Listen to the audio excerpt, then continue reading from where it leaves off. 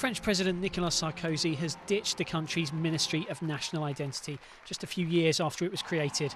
Back in 2007, he'd styled himself as someone taking on one of the great unspoken debates of the time.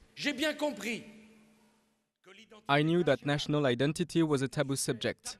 I understood perfectly that it was dangerous to venture into this territory and that any politician concerned about his career should avoid the subject. Sarkozy, though, believed he was made of sterner stuff. When he became president, he duly created a new Ministry of Immigration and National Identity, prompting an outcry from opponents who accused Sarkozy of flirting with the far right. A much publicised debate on national identity was resented by French, Arabic and African groups who said it was simply a way of marginalising minorities in French society.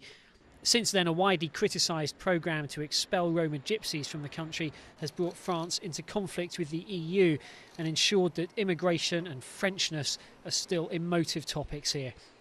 And while the Department of National Identity has been dropped, immigration will simply be merged into the responsibilities of the Interior Ministry. Critics suspect Sarkozy of having pulled off a sleight of hand by targeting a ministry rather than a policy. It was identified in public opinion as being the place where the worst political moves over immigration were committed, in terms of stigmatization, and so criticism centered on that as a symbol.